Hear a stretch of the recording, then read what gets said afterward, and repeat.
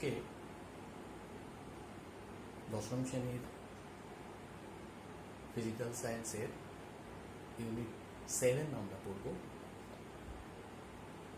এই ইউনিটটি তোমাদের বইয়ের জলতড়িতের ঠিক পরেই অংশ।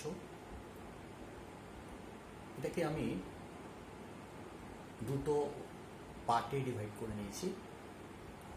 আজকে তোমাদের সামনে আমি শেয়ার করব ইউনিট 7 অ্যাটমিক নিউক্লিয়াস অর্থাৎ পরমাণুর নিউক্লিয়াস চ্যাপ্টারটির প্রথম ভাগ, সেটি হলো তেজস্ক্রিয়তা অর্থাৎ রেডিও অ্যাক্টিভিটি।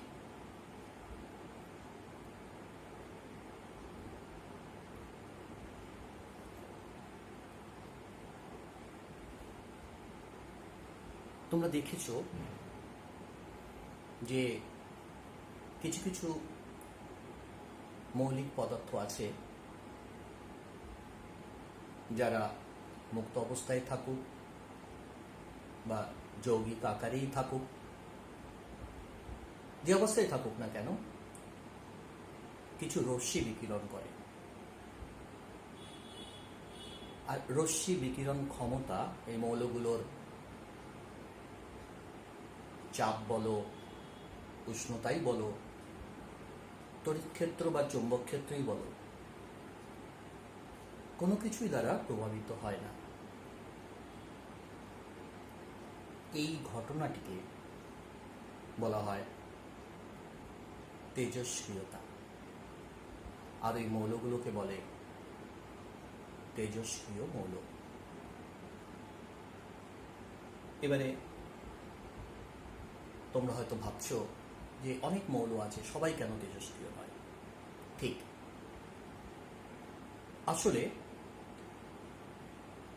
পরমাণুকে তোমরা বিগত ক্লাসগুলোতে দেখেছো, 8-এ 9-এ, যে পরমাণুর দুটি অংশ, একটা মূল অংশ যেটাকে আমরা নিউক্লিয়াস বা পরমাণু কেন্দ্রক বলি, আরেকটা পরমাণুর বাইরের একটা বিস্তীর্ণ ফাঁকা জায়গা যেটাকে বলা হয় পরমাণুর বহির অংশ। এই নিউক্লিয়াসে থাকে দু ধরনের কণা, ধনাত্মক তড়িৎগ্রস্ত প্রোটন আর নিস্তড়িৎ নিউট্রন। আর ওই বাইরের অংশে কতগুলো নির্দিষ্ট স্থায়ী কক্ষপথে থাকে ঘূর্ণায়মান ইলেকট্রন। বোর্ডে তোমরা একদম কোণের দিকে একটা ছবি দেখছো। এই ছবিতে এটা হচ্ছে নিউক্লিয়াস, যেখানে প্লাস চিহ্ন দিয়ে আমি প্রোটনকে দেখিয়েছি, আর এই ডট চিহ্ন দিয়ে আমি নিউট্রনকে দেখিয়েছি। এখন যে সমস্ত নিউক্লিয়াসে এই প্রোটনগুলোর মধ্যে যে বিকর্ষণ বল নিউক্লিয় বলের থেকে কম হয়, সেক্ষেত্রে এই পরমাণু নিউক্লিয়াসটা নিজের থেকে ভেঙে যায় না। তাহলে স্বভাবতই প্রশ্ন জাগতে পারে, নিউক্লিয় বল কি? হ্যাঁ, ঠিক। তাহলে জানতে হবে নিউক্লিয় বলটা কি। আসলে এই প্রোটন আর নিউট্রনের মধ্যে এক ধরনের কণা, যেটাকে মেশন কণা বলে, বিনিময়ের জন্য একটা ক্ষুদ্র পাল্লায় একটা বৃহৎ পরিমাণ আকর্ষণ বল সৃষ্টি হয়। এই আকর্ষণ বলটাকেই বলে নিউক্লিয় বল। যে সমস্ত পরমাণুর এই নিউক্লিয় বলের পরিমাণটা ওই নিউক্লিয়াসে থাকা প্রোটনগুলোর মধ্যে যে বিকর্ষণ বল তার থেকে কম হয়, সেই সমস্ত মৌলের নিউক্লিয়াস নিজের থেকে ভেঙে গিয়ে এই ধরনের রশ্মি বিকিরণ করে। যে সমস্ত মৌলের পরমাণু ক্রমাঙ্ক দেখা গেছে জেড, আমরা জেড পরমাণু ক্রমাঙ্কের চিহ্ন হিসেবে ব্যবহার করে থাকি, এই পরমাণু ক্রমাঙ্ক 83 বা তার বেশি, সেই সমস্ত মৌলের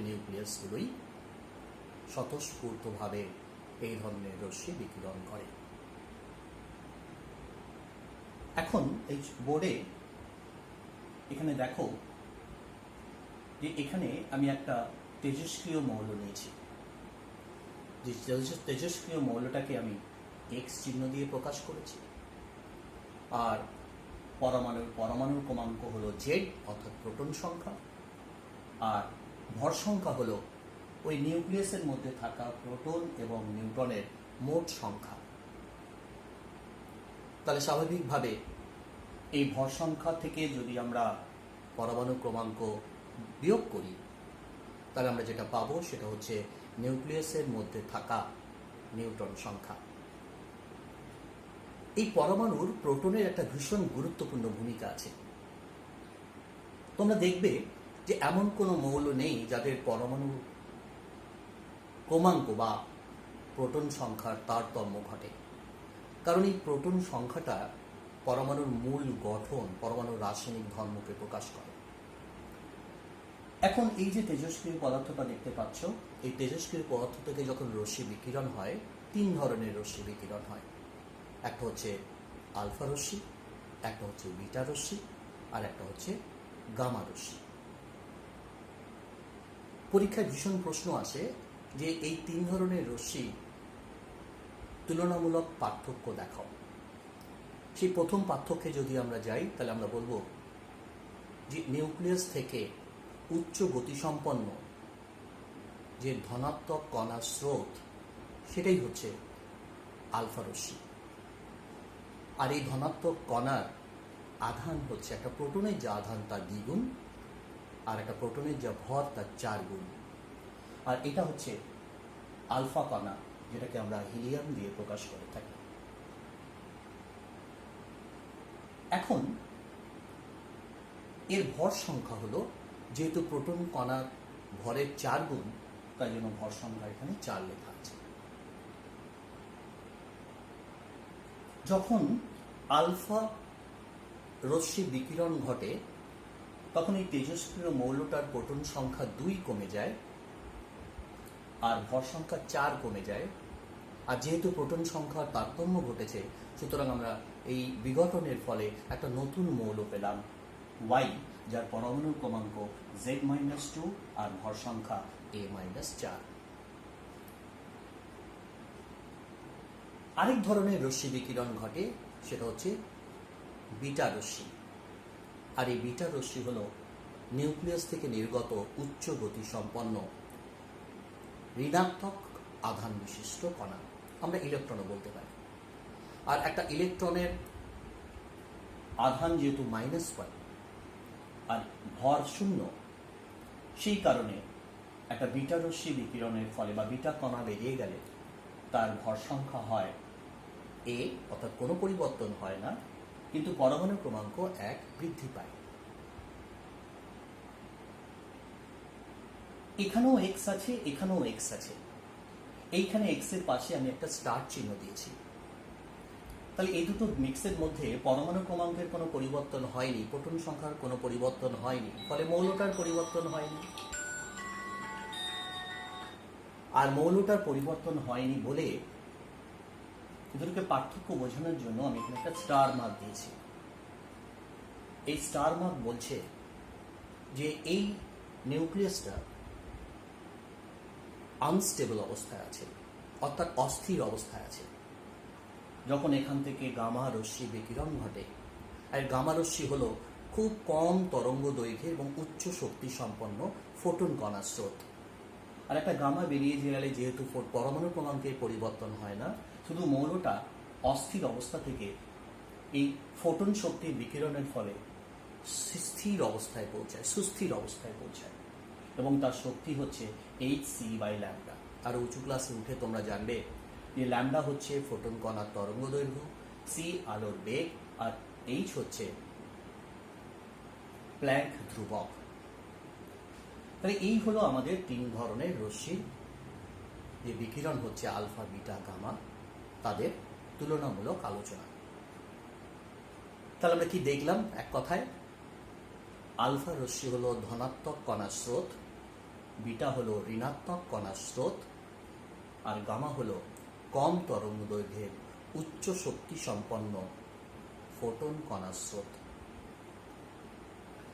এরপরে একটা ছবি আঁকা আছে, দেখো এই ছবিতে তোমরা দেখতে পাচ্ছ এখানে একটা সীসার পাত্রে একটা তেজস্ক্রিয় মৌল রাখা আছে, ঠিক তার উপরে আছে একটা সরু ছিদ্র বিশিষ্ট পাত, তারপরে আছে ক্যাথোড ও অ্যানোড এবং যা দুপ্রান্তে একটি কোষের সংযোগ ঘটিয়ে একটা তড়িৎ ক্ষেত্র সৃষ্টির ব্যবস্থা রাখা হয়েছে, আর তার উপরে আছে একটা ফটোগ্রাফিক প্লেট। যখন এই ক্যাথোড আর অ্যানোডের মধ্যে কোনো ব্যাটারির সংযোগ ঘটানো হয়নি, অর্থাৎ কোনো তড়িৎ ক্ষেত্র কাজ করছে না, তখন এই ফটোগ্রাফি প্লেটের যেখানে স্পটটা পাওয়া গেছে সেটা হচ্ছে ঠিক যেখানে তেজস্ক্রিয় মৌলটা রাখা হয়েছে ঠিক তার ওপরে। এবং এর থেকে এটাই প্রমাণিত হয় যে এর কোনো বিচ্যুতি হয়নি এবং এটা নিস্তড়িত। আমরা সবাই জানি ক্যাথোড হচ্ছে ঋণাত্মক তড়িৎগ্রস্ত আর অ্যানোড হচ্ছে ধনাত্মক, আর আলফা কণা ধনাত্মক তড়িৎগ্রস্ত হওয়ায় ওই ক্যাথোডের দিকে বেঁকে গেছে, আর বিটা ঋণাত্মক তড়িৎগ্রস্ত হওয়ায় অ্যানোডের দিকে বেঁকে গেছে। ফলে ফটোগ্রাফিক প্লেটের উপরে আমরা তিনটে স্পট পেয়েছি, যেটা ওই তিন ধরনের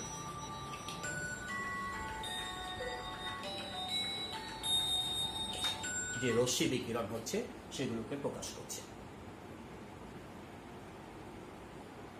এর থেকে আমরা দ্বিতীয় পার্থক্য আসছি, সেটা হচ্ছে যে আলফা বিটা গামা এদের মধ্যে ভেদন ক্ষমতা হচ্ছে সব থেকে কম আলফা, তার থেকে 100 গুণ বেশি হচ্ছে বিটা, আর তারও 100 গুণ বেশি হচ্ছে গামা। একটা আলফা কণা যদি 0.1 মিলিমিটার একটা অ্যালুমিনিয়াম পাতকে ভেদ করে যেতে সক্ষম হয়, সেক্ষেত্রে একটা বিটা কণা, বিটা রশ্মি তার 100 গুণ অর্থাৎ 1 সেন্টিমিটার একটি অ্যালুমিনিয়াম পাতকে ভেদ করে যেতে সক্ষম হয়। আর সেখানে গামা রশ্মি বিটার 100 গুণ অর্থাৎ প্রায় 1 মিটার একটি অ্যালুমিনিয়াম পাতকে ভেদ করতে সক্ষম হয়। এ হলো ভেদন ক্ষমতার ভিত্তিতে এই তিন ধরনের রশ্মির তুলনামূলক পার্থক্য। 3 নম্বর পার্থক্য, এদের সবারই গ্যাসকে আয়নিত করার ক্ষমতা আছে, আলফা বিটা এবং গামা, এবং এর মধ্যে গামা রশ্মির গ্যাসকে আয়নিত করার ক্ষমতা হচ্ছে সর্বাধিক। এই সর্বাধিক নয়, এটা গেস করতে পারে। যদি তোমরা মনে রাখতে না পারো, একটা জিনিস মনে রাখবে যে ভেদন ক্ষমতা যার যত বেশি, তার গ্যাসকে আয়নিত করার ক্ষমতা তত কম। আমরা আগে দেখেছি দ্বিতীয় পার্থক্যে গামার ভেদন ক্ষমতা হচ্ছে সব থেকে বেশি এবং গামার গ্যাসকে আয়নিত করার ক্ষমতাও খুব কম। আর গ্যাসকে আয়নিত করার ক্ষমতা সব থেকে বেশি আলফা, আর তার থেকে কিছুটা কম বিটা রশ্মি। এ হলো আজকে যে টপিকটা ছিল ইউনিট 7, তার প্রথম ভাগ। আর এটাকে শেষ করার আগে আমি একটি অঙ্ক তোমাদের বুঝিয়ে দেব, এটা ভীষণ আসে পরীক্ষার সময়। অঙ্কটা হচ্ছে, একটা তেজস্ক্রিয় মৌল যখন আলফা বিটা বিঘটনের ফলে নতুন একটা মৌলে পরিণত হয় এবং সেখান থেকে আমাদের হিসেব করতে হয় যে কতগুলো আলফা কণা এবং কতগুলো বিটা কণা বিঘটিত হয়েছে। আমি একটা অঙ্ক তোমাদের এখানে দিচ্ছি, সেটা হচ্ছে এ একটি তেজস্ক্রিয় মৌল, এটা বি মৌলে পরিণত হলো এবং এ মৌলটার পরমাণু ক্রমাঙ্ক 86 আর বি মৌলটার পরমাণু ক্রমাঙ্ক 84, এটার ভর সংখ্যা 222 এবং বি এর ভর সংখ্যা 210। তোমাদের নির্ণয় করতে হবে কতগুলি আলফা বিটা বিঘটনের ফলে বা বিটা কণা নির্গত হওয়ার ফলে এ মৌল থেকে বি মৌলে পরিণত হয়েছে। ধরো আলফা কণা বিঘটিত হয়েছে x সংখ্যক আর বিটা কণা বিঘটিত হয়েছে y সংখ্যক। আমরা জানি বিটা কণা নির্গত হলে ভর সংখ্যার কোনো পরিবর্তন হয় না, আর একটা আলফা কণা বেরিয়ে গেলে ভর সংখ্যা 4 কমে যায়। সুতরাং এই সমীকরণ থেকে আমরা লিখতে পারি 222, যেহেতু x সংখ্যক আলফা কণা বেরিয়ে গেছে সুতরাং -4x সমান 210। এখান থেকে আমরা পেলাম 4x সমান 12, অতএব x সমান 3। তাহলে 3টি বিটা কণা বেরিয়ে গেছে, সরি 3টি আলফা কণা বেরিয়ে গেছে। এখন এখানে আমি ধরেছি y সংখ্যক বিটা কণা বেরিয়ে গেছে, আর বিটা কণা বেরিয়ে যাওয়া মানে পরমাণু ক্রমাঙ্ক 1 বৃদ্ধি পায়।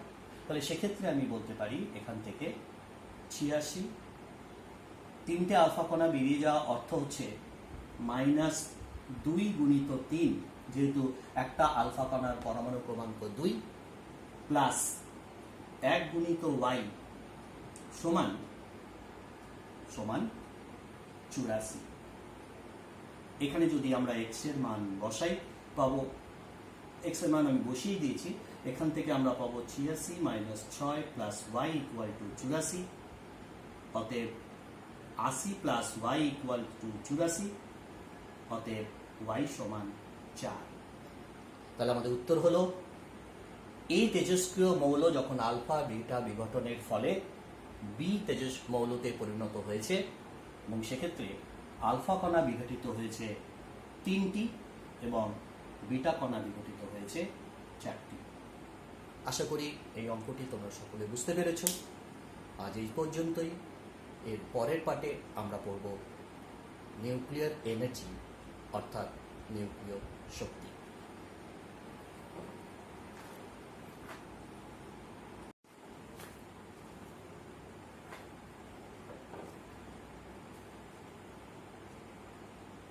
দশম শ্রেণীর ফিজিক্যাল সায়েন্সের আগের পর্বে আমরা আলোচনা করেছিলাম অ্যাটমিক নিউক্লিয়াসের প্রথম ভাগ, অর্থাৎ তেজস্ক্রিয়তা নিয়ে। আজকে আমরা আলোচনা করব এর দ্বিতীয় ভাগ, নিউক্লিয় শক্তি, অর্থাৎ নিউক্লিয়ার এনার্জি নিয়ে। এই নিউক্লিয়ার শক্তি কি, কিভাবে এটা সৃষ্টি হয়, সবার আগে এটা আমাদের জানতে হবে। এই নিউক্লিয় শক্তি জানতে গেলে প্রথমে আমাদের জানতে হবে যে নিউক্লিয় বিক্রিয়ায় ভর ত্রুটি কি জিনিস, বা ভরের হ্রাস কি জিনিস। তোমরা জানো নিউক্লিয়াসের মধ্যে যে প্রোটন ও নিউট্রন আছে, যাদেরকে আমরা নিউক্লিয়ান বলি, এবং এই নিউক্লিয়াস সংখ্যা অনুযায়ী আমরা যদি নিউক্লিয়াসের ভর পরিমাপ করি, দেখা গেছে যে এই মোট ভর নিউক্লিয়াসের ভরের থেকে কিছুটা কম হয়, আর এটাকেই বলে ভর ত্রুটি। যদি একটা নিউক্লিয়াসের পরমাণু ক্রমাঙ্ক হয় জেড, আর একটা প্রোটনের ভর যদি এমপি হয়, তাহলে সবগুলো প্রোটন নিয়ে যে ভরটা হচ্ছে সেটা হচ্ছে জেড ইন্টু এমপি। আর জেড যদি পরমাণু ক্রমাঙ্ক হয় আর ভর সংখ্যা যদি এ হয়, তাহলে এ মাইনাস জেড হচ্ছে ওই নিউক্লিয়াসটার মধ্যে নিউটন সংখ্যা। আর একটা নিউটনের ভর যদি এম দিয়ে প্রকাশ করা হয়, তাহলে এইটা হচ্ছে সবগুলো নিউটন মিলে যে ভর সেইটা। তাহলে এই পুরো জিনিসটা হলো নিউক্লিয়ান সংখ্যা, অর্থাৎ প্রোটন এবং নিউট্রন সংখ্যা নিয়ে ওই নিউক্লিয়াসটার যে ভর, এবং সেই ভরটা থেকে আমরা যদি নিউক্লিয়াসের ভরকে বিয়োগ করি, তাহলে আমরা পাবো ভর ত্রুটি, বা এটাকে বলা হয় ভরের হ্রাস। আর এই ভর ত্রুটি হলো বন্ধন শক্তি। কি করে পাবো আমরা এই বন্ধন শক্তিটা? যদি ভর ত্রুটি আমরা পরিমাপ করতে পারি, তাহলে এই ভর ত্রুটিকে তোমরা আইনস্টাইনের ভর শক্তির তুল্যতা ক্লাস 9-এ পড়েছ। তাহলে এই ভর ত্রুটিকে যদি আমরা আলোর গতিবেগের বর্গ অর্থাৎ c² দিয়ে গুণ করি, তাহলে আমরা পাবো বন্ধন শক্তি, এবং সেই বন্ধন শক্তিকে আমি ই নিচে বি চিহ্ন দিয়ে প্রকাশ করেছি, যা ইংরেজি শব্দ বাইন্ডিং এনার্জি কথা থেকে এই চিহ্নটা এসছে। এরপরে আমি আসছি এই অ্যাটমিক নিউক্লিয়াসে যে সমস্ত রশ্মিগুলো বিকিরণ হয়, এবং সেখানে দু ধরনের আমরা বিক্রিয়া দেখেছি। একটা হচ্ছে নিউক্লিয় ফিশন অর্থাৎ বিয়োজন, আর একটা হচ্ছে নিউক্লিয়ার ফিউশন অর্থাৎ নিউক্লিয় সংযোজন। প্রথমে আমরা এই নিউক্লিয় ফিশনের অর্থাৎ যে সংযোজন বিক্রিয়াটাতে আমরা আলোচনা করছি। আমরা প্রথমে দেখছি এই বিয়োজন বিক্রিয়াটা। কেন আমরা আগে বিয়োজন দেখছি, এরপরে আমি একটা প্রশ্ন করব, তোমাদের বইয়েরই প্রশ্ন, সেই প্রশ্নটির উত্তরটা সঠিকভাবে পেয়ে যাবে। তাহলে প্রথমে আমাদের হচ্ছে নিউক্লিয়ার ফিশন অর্থাৎ বিয়োজন বিক্রিয়া। কি এই বিয়োজন বিক্রিয়া? না, যখন একটা ভারী মৌলকে নিউটন দিয়ে আঘাত করা হয়, দেখা গেছে সেই ভারী মৌলটা বিভাজিত হয়ে সমভরে, প্রায় একবারে সমভর নয়, প্রায় সমভরে দুটি নিউক্লিয়াসে পরিণত হয়, এবং এই ধরনের বিক্রিয়াকে বলে নিউক্লিয় বিভাজন। আমরা একটা ইউরেনিয়ামকে যদি একটা নিউট্রন কণা দিয়ে আঘাত করি, উৎপন্ন হয়েছে বেরিয়াম আর ক্রিপ্টন, আর সঙ্গে 3টে নিউট্রন। এখন এই 3টে নিউট্রন যখন আরও ইউরেনিয়ামের সাথে বিক্রিয়া করবে, এরকম আরও 3টে নিউট্রন তৈরি করবে, এবং এই বিক্রিয়াটা ক্রমশ চলতে থাকবে। এই ধরনের বিক্রিয়া হচ্ছে অনিয়ন্ত্রিত বিক্রিয়া, এবং এটাই হচ্ছে অ্যাটম বম তৈরি করার মূলনীতি। এখন আমরা যদি এই যে প্রচণ্ড শক্তি উৎপন্ন হলো, এবং সেই শক্তিটাকে যদি আমরা, যে তাপ শক্তি যেটা উৎপন্ন হলো, সেটাকে যদি আমরা তড়িৎ শক্তিতে পরিণত করি, যেটা আমরা করি নিউক্লিয়ার রিঅ্যাক্টরে, সেক্ষেত্রে এই 3টে নিউটনের মধ্যে 2টো নিউটনকে আমরা অ্যাবজর্ব করে নিই, শোষণ করে নিই ক্যাডমিয়াম রড দিয়ে, যাতে এই বিক্রিয়াটা অনিয়ন্ত্রিত হয়ে না পড়ে, এবং এই ধরনের বিক্রিয়াটাকে বলা হয় নিয়ন্ত্রিত বিক্রিয়া। এবং এই বিক্রিয়ার সাহায্যে, এই নিয়ন্ত্রিত বিক্রিয়ার মাধ্যমে আমরা প্রচণ্ড যে তাপ শক্তি উৎপন্ন হলো, সেটাকে আমরা ভালো কাজে অর্থাৎ তড়িৎ শক্তিতে রূপান্তরিত করার জন্য ব্যবহার করি। এরপরের যে বিক্রিয়াটা, সেটার নাম হচ্ছে নিউক্লিয় সংযোজন। এই নিউক্লিয় সংযোজনে কতগুলো হালকা মৌল নিউক্লিয়াস মিলিত হয়ে একটি ভারী মৌল গঠন করে। এটা এই ধরনের বিক্রিয়াকে বলা হচ্ছে নিউক্লিয় সংযোজন। এখানে 4টে হাইড্রোজেন যুক্ত হয়ে উৎপন্ন করেছে হিলিয়াম এবং 2টো পজিট্রন। এটা পজিট্রন এই কারণে যে এর ভর শূন্য হলে কি হবে, এর আধান হচ্ছে +1, অর্থাৎ একটা 2টো পজিট্রন উৎপন্ন হয়েছে। এবারে যে প্রশ্নটা আমি আলোচনা করব বলেছিলাম, সেটা হচ্ছে যে এই নিউক্লিয় সংযোজনে 2টো মূল যে প্রয়োজনীয়তা, যে মূল বিষয়টা লক্ষ্য রাখতে হবে, সেটা হচ্ছে মৌল দুটোকে হালকা হতে হবে এবং প্রচণ্ড প্রচণ্ড উষ্ণতার প্রয়োজন হয়, এবং সেই উষ্ণতার মান হচ্ছে প্রায় 10⁷ ডিগ্রি সেলসিয়াস। এখন এত বেশি উষ্ণতা তো সৃষ্টি করা সম্ভব নয়, তাই নিউক্লিয় সংযোজনের পূর্বে নিউক্লিয় বিভাজন ঘটিয়ে যে প্রচণ্ড তাপমাত্রা সৃষ্টি হয়, সেই তাপমাত্রাটাকে কাজে লাগিয়ে নিউক্লিয় সংযোজন ঘটানো হয়। এই জন্য নিউক্লিয় সংযোজনের পূর্বে নিউক্লিয় বিভাজন ঘটানো ভীষণ জরুরি। তাহলে এই হলো আমাদের দ্বিতীয় ভাগ, নিউক্লিয়ার এনার্জি অর্থাৎ নিউক্লিয় শক্তি সম্পর্কে ধারণা। অতিরিক্ত বিষয় হিসাবে আমি তোমাদের আরেকটি প্রশ্ন আমি করতে চাই। হয়তো তোমরা প্রত্যেকেই জানো যে এই পরমাণুর যে নিউক্লিয়াস, এই সমস্ত মৌলের নিউক্লিয়াসগুলো কি একই রকমের আকারের? তাহলে নিউক্লিয়াসের আকার সম্পর্কে একটি স্বচ্ছ ধারণা থাকা দরকার। এই আকার সম্পর্কে বলতে গিয়ে, যদি এইটা একটা নিউক্লিয়াস হয়ে থাকে এবং এই নিউক্লিয়াসটার যে ব্যাসার্ধ, এই ব্যাসার্ধটা কিন্তু সব নিউক্লিয়াসের সমান হয় না।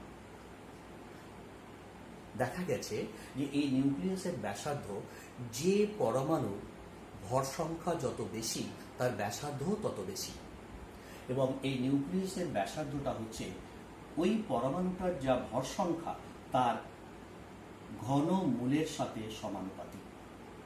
আর এই সমানুপাতিক ধ্রুবক উঠে গেলে একটা, সমানুপাতিক চিহ্নটা উঠে গেলে একটা ধ্রুবক আসে, এবং সেই ধ্রুবকটাকে এখানে আমরা R0 চিহ্ন দিয়ে প্রকাশ করেছি, যার মান হচ্ছে R0 সমান 1.2 ইন্টু 10⁻⁻15 মিটার।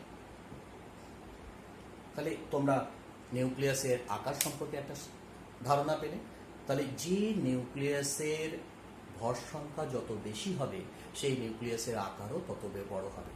কিন্তু একটা ভীষণ গুরুত্বপূর্ণ প্রশ্ন হচ্ছে যে নিউক্লিয়াসের আকার আলাদা আলাদা হতে পারে, কিন্তু সমস্ত নিউক্লিয়াসের ঘনত্ব কিন্তু একই। এটা তোমরা যখন হায়ার ক্লাসে যাবে তখন এ সম্পর্কে একটা স্বচ্ছ ধারণা এবং গাণিতিকভাবে এর প্রমাণ তোমরা পাবে।